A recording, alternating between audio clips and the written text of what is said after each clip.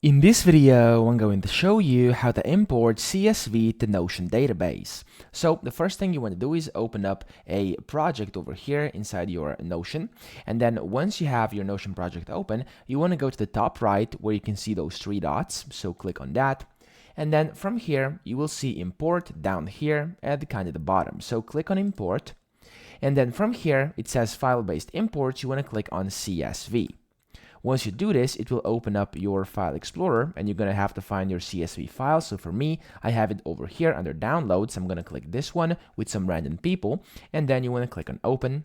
It's going to start uploading, and in a few seconds, you'll be able to see you now have an updated and uploaded CSV file inside your database over here. So as you can see, everything is in here, and I can just edit and modify it as I wish. So that's pretty much it. I hope this video helped you out. If it did, please subscribe to the channel and help me out as well.